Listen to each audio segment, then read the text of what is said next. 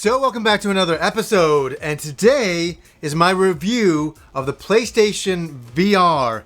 I just picked this up from EB Games yesterday, and I really want to talk about a lot of this stuff. There's so much to get into that I'm just going to start right at the beginning, picking the unit up from EB, and I went in there, I had it pre-ordered, and I was happy to get it. I grabbed it. There's a bunch of other people picking this up while I was there as well. I brought it home. I was like, okay, let's get to it. And I opened it up, and there is so many cords. There really is. There's so many cords with this thing. It's unreal. But the one thing that I will say is that it came with a very nice manual, step by step, and each cord was labeled 1 to 5. And there was quite a few steps to do with that, but I was easily able to put it together in about 10 to 15 minutes.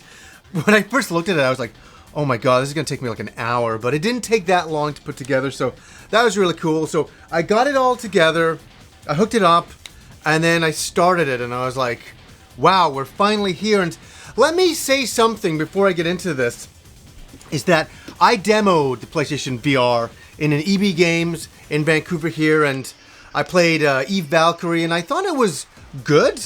I didn't think it was great. I'd kind of been ruined by the HTC Vive, that high resolution.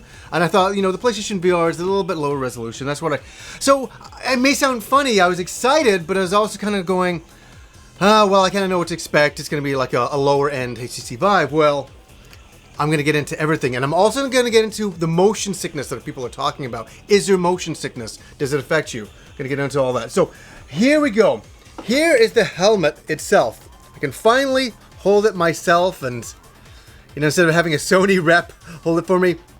Very nice to use. Look at this, right at the back here, we got one button, and you hold this, you click, and it opens up like that. And then right at the front here, under here, there's a little button, kind of opens and closes on you, so you can push it a little close to your face when you need it. So what I found is when I put it on, and I'm going to do it right now. Boom, I'm right in, and I can adjust right here, and if it's too loose, I can click this thing to lock, and then if I've locked it, it's too tight, I just click the button, pull, and I can take it off again as well. So very easy to put on, and I want to say, look at this, very light, very light, but you have a long cord coming off it. And let's have a look at this cord first of all. This is where your audio plugs into. So what I used, and let me tell you, for anybody who's curious, I just used earbuds. Just a pair of common earbuds. How was the sound? Awesome. Absolutely awesome. These worked great. I had my Sony Gold headphones ready to go, but I plugged these in and I was like, well, these are fine. So, and you have your volume on here as well, and you can turn on and off the system with that as well. So, first of all, it comes with this, you know, so you can wipe down the lenses, and that is very handy. I put it on Kim at one point, and she's like, why is it so foggy? I'm like, is it? I'm like, just adjust the headset. I know it's me heavy breathing into the unit. So those are some of the hardware aspects. And so I started playing the games, and how was it? And man, I wish I could invite all of you over to demo it for everybody. I'd stand with a huge lineup outside and say, okay, one at a time, let's do this. Because I would really like people to experience PlayStation VR, because it's an experience. And it's an experience that you can only experience by doing it. Now, here's something with my review. I'm not saying, hey, go out and run out and buy a PlayStation VR. I'm not saying that. I'm saying that if you have a friend that has one of these, please go over and just try it out. That's all I'm saying. There's some hell of experiences here, and I'm going to get into all of those. I mean, it's something that you can't describe, and I was really worried doing this review. I'm like, how do I even talk about this? You know, I played VR for 10 hours yesterday, non-stop. I had so many different experiences with so many different games, and that's the great thing, is it comes with PlayStation VR Worlds, and it comes with the PlayStation VR demo disc. That's one good thing, and I believe that VR Worlds is bundled with this, the big bundle, and the big bundle comes with the headset, VR Worlds, the demo disc, 2 Move controllers, which I'll get into as well, and the PlayStation camera, the smaller version of the PlayStation camera. The one thing I recommend if anybody does buy this right away, take these out and plug them in and charge them right away. It takes about 4 hours to get a complete charge out of them. 4 to 5 hours, really. And thank God there was a lot of games that I could play before I needed to get to the Move controllers. And the Move controllers work really well. So, what were some of the experiences like? Well, they were incredible. I don't even know how to start describing VR. It's like you're really there. I went to bed last night, and I was looking around, and I still felt that VR sensation of looking around in a different world than what I was in. And that's what these experiences are. They're different worlds for you to experience, and different games, and the games are good. The games are good. Like, here's the one that got me the most. Batman Vr Arkham. Now, I'm not saying anything. I'm a Batman fan. I like Batman. I'm not crazy, though. I'm not like a fanatical Batman fan. I don't read Batman comics now, but I love the Batman world. I have never in my entire life of playing video games ever felt like Batman like I was in this game. It was extraordinary. Even in the first couple of minutes, I was getting shivers, and I'm just standing by myself, and I'm like, this is so crazy. It's so crazy. There's entire scenes where you're reliving, what happened to Bruce Wayne when he was younger in virtual reality. And I mean, you're there. And I filmed Kim's reaction. I'll play it now.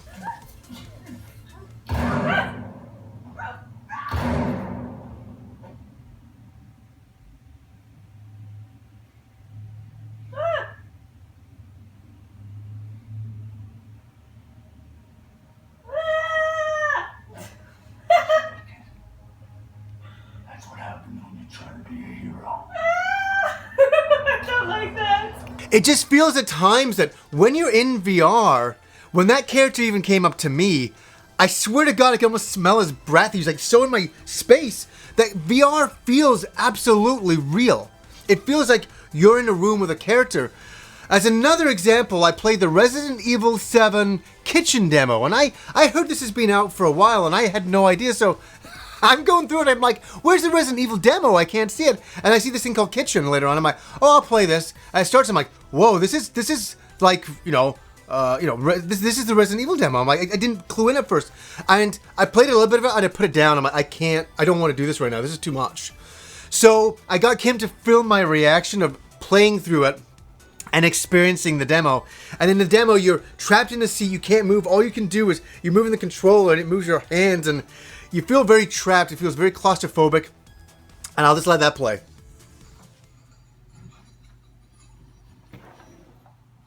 What the fuck?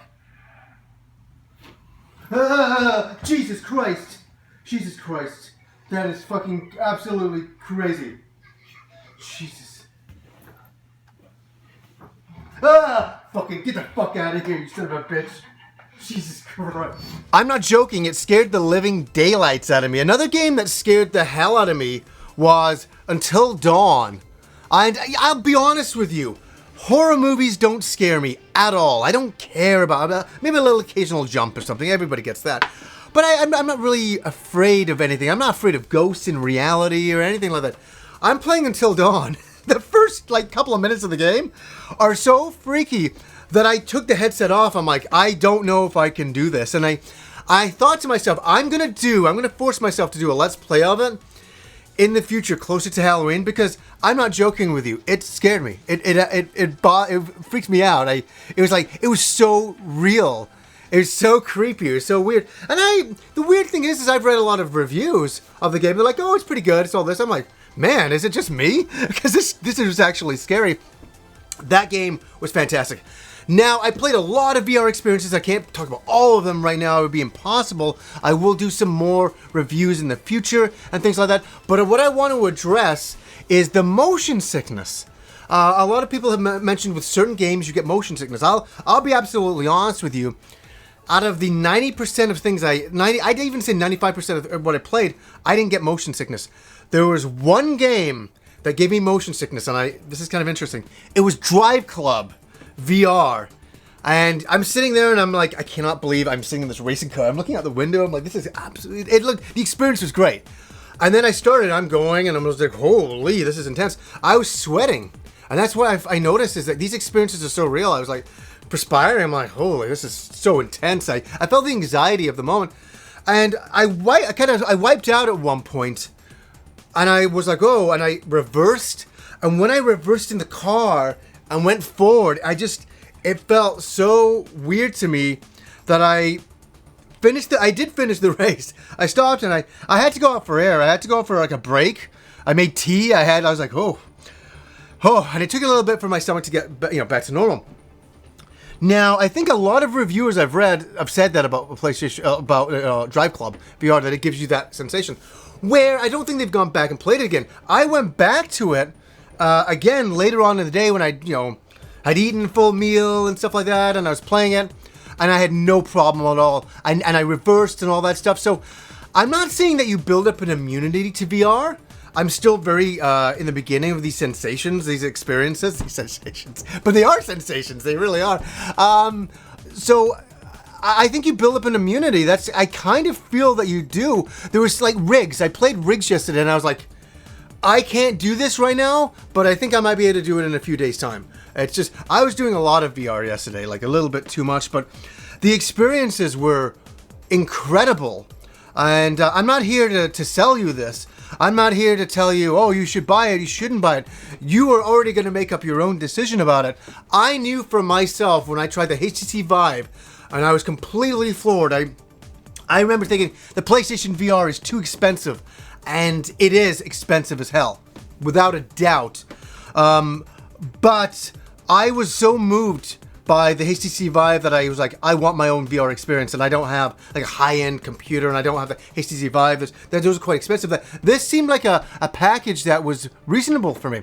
Now, let's just get into the final bits. How are the graphics compared to, like, say, the Oculus or the HTC Vive? I haven't done the Oculus. I'll just go to the HTC Vive. They're good. They're very good.